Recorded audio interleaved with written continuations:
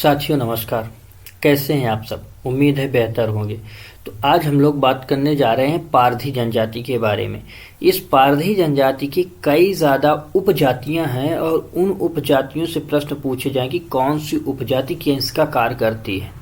तो सिर्फ हमें इस जनजाति में यही जानना है कि जो इसकी उपजातियां हैं वो उपजातियां किस कार्य को करती हैं और उन्हीं कार्य के हिसाब से उनका मिलता जुलता नाम है। तो सिर्फ हमें इनके बारे में इसी चीज़ को समझना है, ठीक, क्योंकि हमें प्री के हिसाब से समझना है, मेंस के हिसाब से नहीं।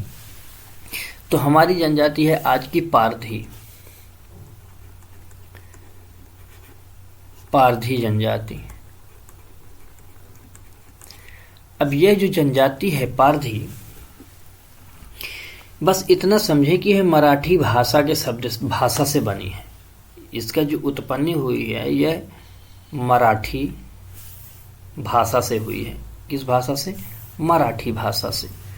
तो आप लिख लो मराठी भाषा से यह बनी है। और इस मराठी भाषा से पारध शब्द है और इसी पारध शब्द से निर्मित है ये, ठीक, पारधी। लेकिन इस जो शब्द निकला है जिसका अर्थ, इसका अर्थ क्या है इस पारध शब्द का?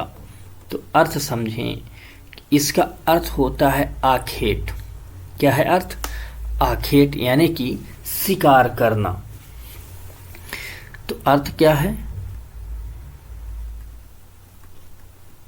आखेट करना या शिकार करना।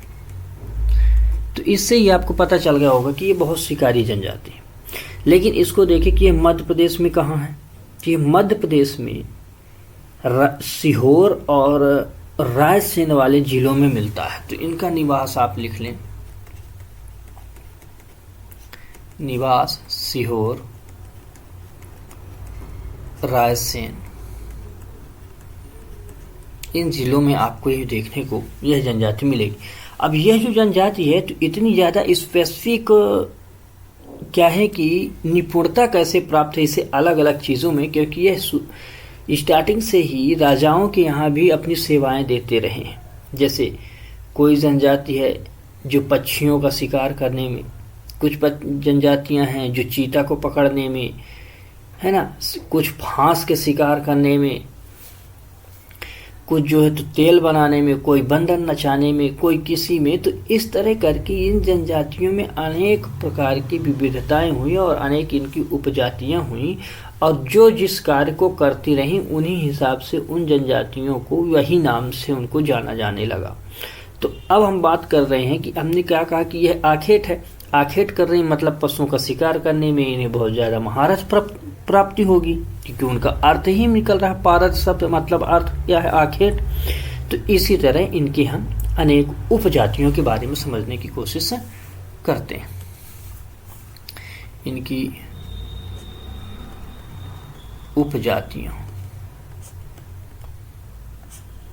उपजातियां कौन कौन सी हैं, ठीक।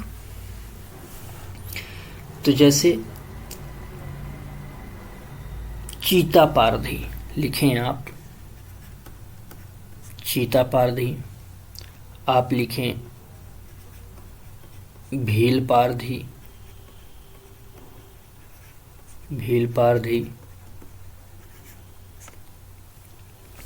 ऐसे ही लिखें आप फांस पारधी।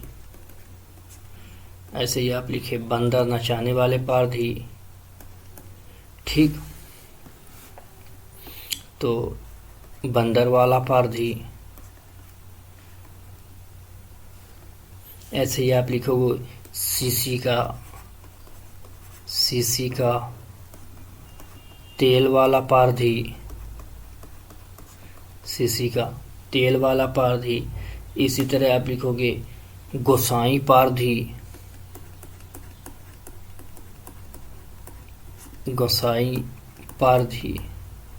तो इस तरह और भी इनके हैं। तो इनमें से बस इतने ही पारधी आप याद रखें, और भी ज़्यादा जैसे लंगोरी पारधी भी है, टाकिया पारधी भी है। तो इस तरह से अनेक पारधी और आपको मिलते जाएंगे। खैर, हम इनके बारे में जानें कि ये जो भील पारधी है, पहले हम चीता पारधी को देखते हैं। एक एक क्रम से।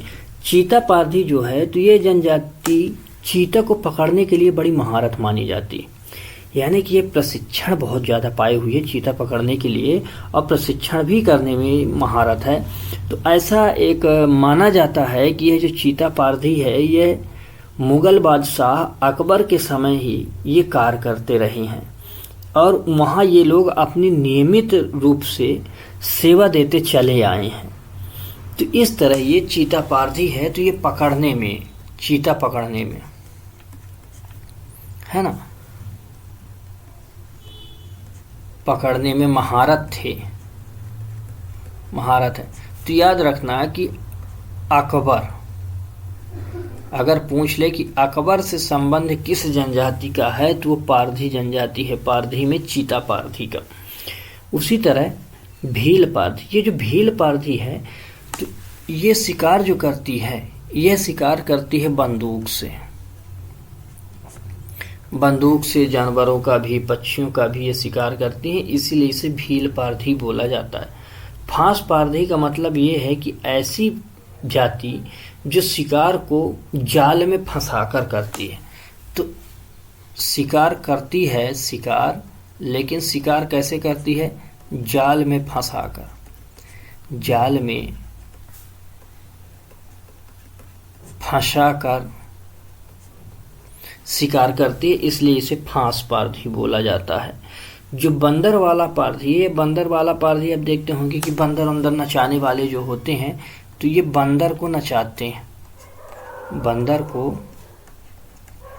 नचाने वाले जो होते हैं वो बंदर को नचाने वाले पारधी को बंदर वाला पारधी बोलते हैं। इसी तरह सीसी का तेल पारधी, ये जो सीसी का तेल पारधी है इसका मतलब ये है कि ऐसे जाति जो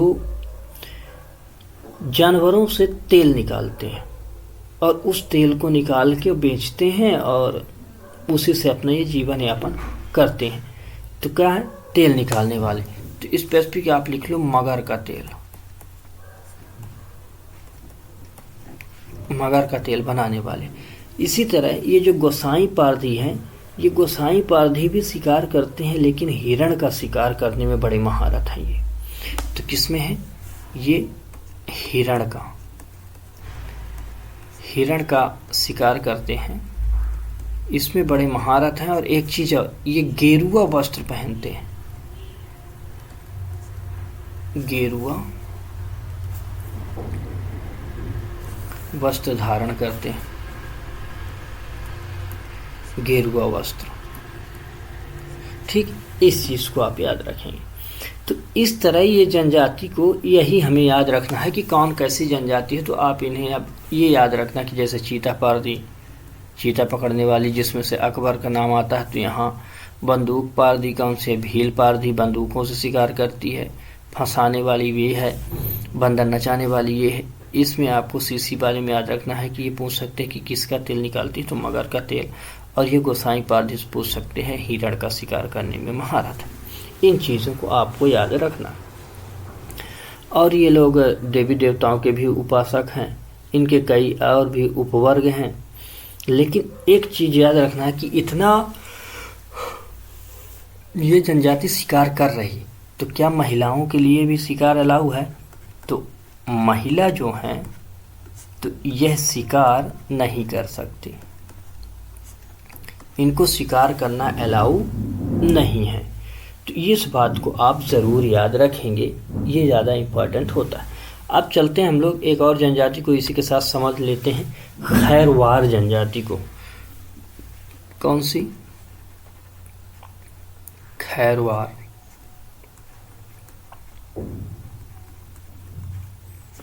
खैरवार जनजाति, ये जो खैरवार जनजाति है इसका अगर आप क्षेत्र देखोगे तो यह क्षेत्र कैमूर श्रेणी है, उस कैमूर श्रेणी का मूल स्थान इसे माना जाता है। तो वहाँ से लेके फिर धीरे धीरे आगे की तरफ विस्तारित हुई, जैसे उमरिया है, अनूपपुर है, सीधी, शहडोल, इन सभी जिलों में इसका विस्तार आपको देखने को मिलता है। लेकिन ये खैरवार जनजाति का जो नाम है वह पड़ा इनके कार्य से, क्योंकि यह खैर निकालने का कार्य करती थी, जिसे हम कत्था कहते हैं। तो ये खैर के पेड़ से कत्था बनाने का कार्य करती थी, इसीलिए इस जनजाति को कत्था बनाने के लिए खैरवार जनजाति नाम पड़ गया। ठीक, इसे कहीं कहीं अलग अलग स्थानों में खैरुआ भी कहा जाता है। तो खैर के साथ साथ आप यहीं लिख लें खैरुआ, खैरुआ भी कहा जाता है इन्हें। ठीक है, तो इनका जो मूल स्थान, हमने कहा कि मूल स्थान कहाँ है, इन जनजाति का मूल स्थान कैमूर। ठीक, ये बताएंगे कि ये जो कैमूर श्रेणी है, यह कैमूर श्रेणी किस पर्वत का एक श्रृंखला है। ठीक, तो इसे आप कमेंट बॉक्स में बताएंगे। तो कैमूर श्रेणी का खारियाड़ वाले जो क्षेत्र हैं वहां से ये मानी जाती है।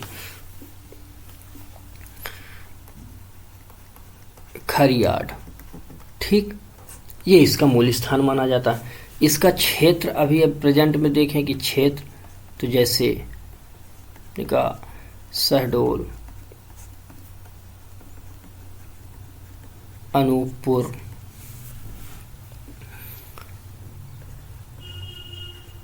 उमरिया, सीधी आदि जिलों में इनका आपको विस्तार देखने को मिलेगा। तो ये जनजाति का नाम कैसे पड़ा है, ये भी हमने बताया कि खैर का कार्य करती है, व्यवसाय ही इसका खैर निकालना। तो इन्हीं क्षेत्रों में इसे पाया जाता है। ठीक, और एक चीज याद रखना कि इन्हें कुछ और भी अन्य नाम से जानते हैं, जैसे कोंदार। तो यहीं और भी एक नाम लिख लें आप इसका, कोंदार।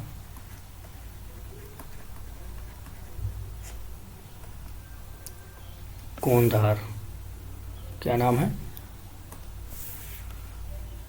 कोंधार। कोंधार नाम से भी जानते हैं, या कोंधार, कोंधार या कोंधार कहते हैं। तो ये इसके अलग अलग नाम हैं, तो इनको आप याद रखें। इस जनजाति में जो है तो एक पंचायत व्यवस्था पाई जाती है, और उस पंचायत की जो व्यवस्था है तो उसमें जो मुखिया होता है उसे महतो माझी बोलते हैं। तो ये लिखें आप कि महतो माझी किसे कहते हैं।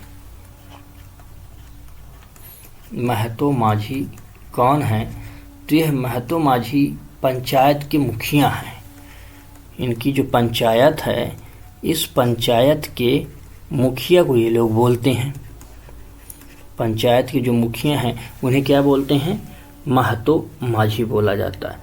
अब इनमें जो देवता हैं, तो परिवार के देवता के रूप में सूर्य देव की उपासना करते हैं और अपने पूर्वजों की भी उपासना करते हैं। इस चीज को याद रखें कि एक तो जो सूर्य देव हैं, सूर्य देव, इन्हें परिवार देवता के रूप में पूजा करते हैं। साथ ही साथ ये अपने पूर्वजों की भी उपासना, किसकी, अपने पूर्वज जो हैं इनके, उनके पूर्वजों की भी पूजा करते हैं। तो पूर्वजों की भी पूजा करते हैं, और पूर्वजों के साथ साथ माँ दुर्गा और माँ देवी दुर्गा और बजरंगबली, इनकी भी पूजा करते हैं। तो ये अलग अलग इनकी भी पूजा करते हैं। तो ग्राम देवी के रूप में, जो ग्राम देवी हैं, ग्राम देवी के रूप में माँ दुर्गा की पूजा करते हैं, और साथ ही साथ बजरंगबली की भी ये लोग पूजा करते हैं इनके साथ साथ। तो इतनी बातें आपको समझ आए कि इस तरह। लेकिन इस समय इसका हमने मुख्य व्यवसाय आपको बताया, इसे लिख लें आप। इनका जो मुख्य व्यवसाय है, मुख्य व्यवसाय है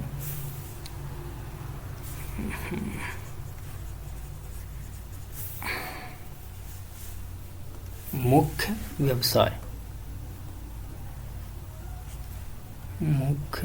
व्यवसाय कत्था बनाने का है, कत्था बनाना। और यह किस पेड़ से होता है, खैर के पेड़ से। ठीक, तो ये याद रख। और इसी से ये लोग अपना जीवन यापन करते हैं और भी कार्य करते हैं, जैसे कि कृषि करना, मजदूरी करना, है ना। तो इस तरह के अन्य भी कार्य करते हैं अपने जीवन यापन के लिए। इनमें एक बड़ी समस्या ये है कि इस समुदाय में बांझपन की समस्या देखी जा रही है, जिससे यह जनजाति भी धीरे धीरे कमज़ोर होती जा रही है। तो इनके लिए क्या है, समस्या के तौर पर कहें हम कि एक तो बांझपन की समस्या है। समस्या में आप लिखें, एक रोग होता है सिफिलिस। कौन सा? सिफिलिस रोग होता है। सिफिलिस रोग होता है, यह एक बैक्टीरियल रोग है। ठीक, कैसा है? बैक्टीरियल रोग है। तो इससे जो है तो समस्याएं बढ़ती जा रही हैं। बैक्टीरिया होता है ये, है ना। क्या है? बैक्टीरिया। तो इससे ये समस्याएं धीरे धीरे बढ़ती जा रही हैं। तो इस तरह से इस जनजाति में एक बड़ी चुनौती भी है। तो आपको ये क्लासेस कैसी लगती हैं आप बताएं, और आज की क्लास को हम लोग यहीं तक रखते हैं। लेकिन इस चैनल को सब्सक्राइब करें, शेयर करें, कमेंट करें और अपनी राय ज़रूर बताएं कि आपको ये क्लासेस कैसी लगती हैं। तो तब तक के लिए धन्यवाद। आप लोग पढ़ते रहें, बढ़ते रहें। जय हिंद।